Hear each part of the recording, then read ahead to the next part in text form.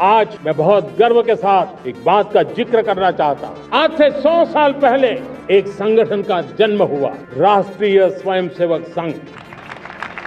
100 साल की राष्ट्र की सेवा एक बहुत ही गौरवपूर्ण स्वर्णिम पृष्ठ। ये वाकई शर्मनाक और चिंताजनक है कि स्वतंत्रता दिवस के मौके पर लाल किले की प्राचीर से प्रधानमंत्री नरेंद्र मोदी ने राष्ट्र की बात करने की बजाय राष्ट्रीय स्वयंसेवक संघ की महिमा का गुणगान किया। सवाल ये है कि क्या आजादी के 78 साल बाद भी प्रधानमंत्री को अपने राष्ट्र के संबोधन में संघ का सहारा लेना पड़ रहा है? आरएसएस का इतिहास धर्म के नाम पर नफरत और समाज को बांटने का रहा है। इतना ही नहीं, महात्मा गांधी की हत्या के बाद सरदार पटेल ने 1948 में इसी संगठन पर प्रतिबंध लगाया था, क्योंकि उस समय यह पाया गया था कि इनके लोग पर्चे बांट रहे थे जिनमें हिंसा की संस्कृति को फैलाने की अपील की गई थी। ये वही संगठन है जिसने आजादी की लड़ाई में कभी हिस्सा नहीं लिया। जब पूरा देश अंग्रेजों के खिलाफ सड़कों पर लहूलुहान हो रहा था, जेलों में बंद हो रहा था, शहीद हो रहा था, तो आरएसएस के लोगों ने ना तो आंदोलन में हिस्सा लिया और ना ही तिरंगे को कभी सम्मान दिया। 52 साल तक संघ ने अपने मुख्यालय पर तिरंगा फहराने से इनकार किया और सिर्फ अपने भगवे ध्वज को सलामी दी।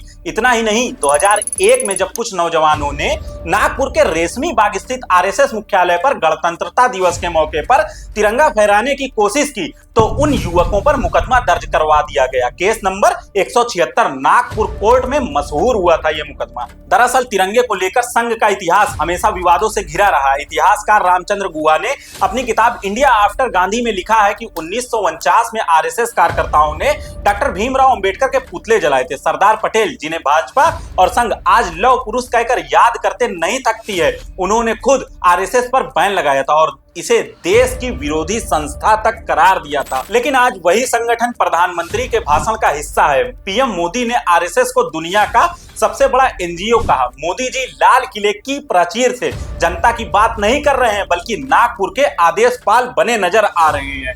आज सबसे बड़ा अपमान उन्हीं सरदार पटेल का हुआ है जिन्होंने अपने जीवन काल में इस संगठन को भारत के लिए खतरा बताया था। सवाल यह भी है कि भाजपा इतनी राष्ट्रप्रेमी क्यों बन रही है? शायद इसीलिए क्योंकि जिस मात्र संस्थान ने आजादी की लड़ाई में कभी भाग नहीं लिया, उसे अब अपनी राष्ट्रभक्ति साबित करने के लिए बार बार राष्ट्रवाद का झंडा उठाना पड़ रहा है। लेकिन इतिहास को मिटाया नहीं जा सकता है। गांधी की हत्या से लेकर तिरंगे के अपमान तक और लोकतांत्रिक संस्थाओं को खोखला करने तक आरएसएस का चेहरा सामने है। लाल किले से प्रधानमंत्री का संघ का नाम लेना यह साफ करता है कि अब नरेंद्र मोदी जनता के नेता नहीं, बल्कि मोहन भागवत की कृपा पर टिकी एक कुर्सी के वारिस बनकर रह गए हैं।